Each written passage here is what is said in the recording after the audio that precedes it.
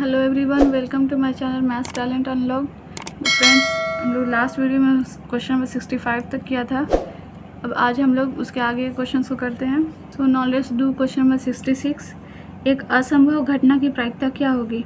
अगर कभी भी कोई प्रायिकता, what is the probability of an impossible event? Impossible event का हमेशा याद रखना कि प्रोबेबिलिटी हमेशा ज़ीरो होता है। इसका आंसर ज़ीरो हो जाएगा। Now let's do question number 67 number question में यदि PE इज इक्वल टू 0.4 तो PE डैश का मान क्या होगा? हम जानते हैं कि PE plus P is equal to क्या होता है? वैल्यू 1 होता है। इसका वैल्यू हमको दिया हुआ है 0.4 और इसका वैल्यू पूछ रहा है। इसको हम P0E पढ़ते हैं। P0E का वैल्यू निकालना है। 1 इधर जाएगा तो कितना हो जाएगा? 1 माइनस 0.4। इसको 1 में से हम घटाएंगे 0.4। 10 में 4 जाएगा 6 और यहाँ पे 0 हो गया। 0.6 आंसर हो जाएगा, जो कि ऑप्शन नंबर बी में दिया हुआ है। क्वेश्चन नंबर 68 करते हैं। दो पासों की फेंक में संभव परिणामों की संख्या क्या होगी? अगर हम लोग दो पासों को फेंक रहे हैं तो उसमें संभव परिणामों की संख्या हमेशा 36 होती है। इस तरीके से अगर मान लिया पहला पासे पे 1 आया, दूसरे पासे पे भी 1 आएगा। पहले पासे पर अगर 1 आया, दूसरे पर भी 1 आएगा। पहले पर 1 आया तो दूसरे पे 2 आएगा। पहले पर 1 आया तो दूसरे पे 3 आएगा। पहले पर 1 आया तो दूसरे पे 4 आएगा। पहले पर 1 आया तो दूसरे पर 5 आएगा। फिर 1 6 हो जाएगा। इस तरीके से ये तब तक करना जब तक कि 6 ना आ जाए। तो कुल संभव परिणाम कितना होगा? 36 हो जाएगा।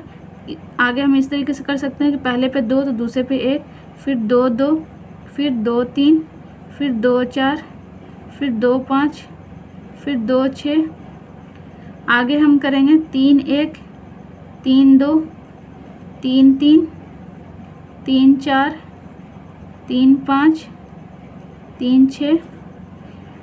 फिर हो सकता है कि 4 और 1 आए, फिर 4 और 2 आए।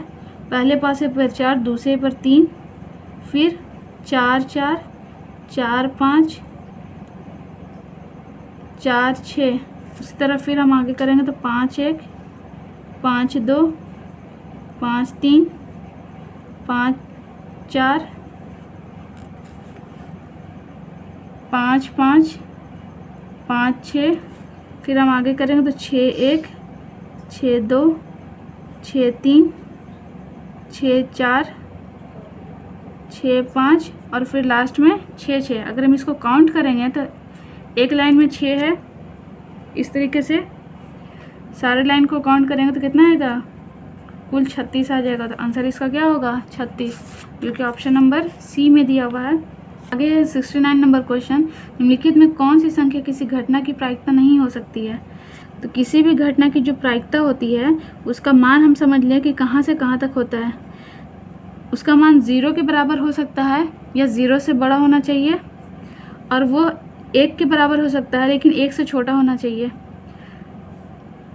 किसी भी घटना की जो प्रायिकता होती है वो 0 के बराबर हो सकती है लेकिन 0 से बड़ा होना चाहिए, 1 के बराबर हो सकती है लेकिन 1 से छोटा होना चाहिए।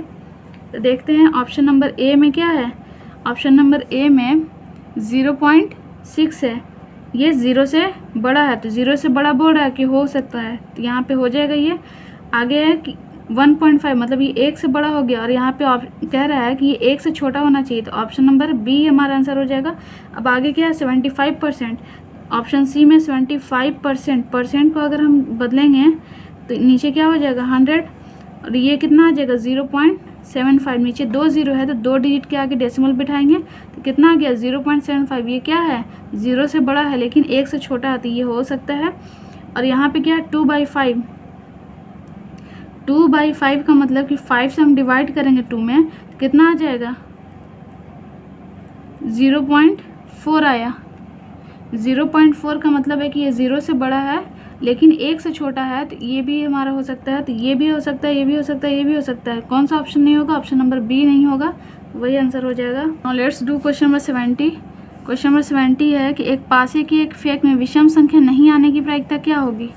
मान लिया कोई भी एक पासे को हम एक बार फेंकते हैं तो या तो 1 नंबर आ सकता है, या 2 आ सकता है, या 3 आ सकता है, या 4 आ सकता है, या 5 या 6।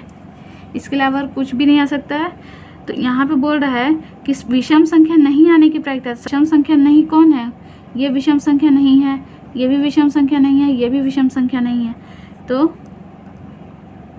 विषम संख्या मतलब ऑड नंबर पूछ रहा है कि ऑड नंबर ना आने का प्रोबेबिलिटी क्या होगा। विषम संख्या ना आने की प्रायिकता बराबर कितना हो जाएगा, ऐसी कितनी संख्या 3 डिवाइडेड बाई टोटल संख्या कितनी है 6, 3 से एक बार में 2, ये 2 बार में जाएगा। तो क्या आंसर आ गया 1/2। आंसर हमारा ऑप्शन बी में है, ऑप्शन बी आंसर हो जाएगा। तो इसके आगे के क्वेश्चन को हम लोग नेक्स्ट वीडियो में करेंगे। थैंक्स।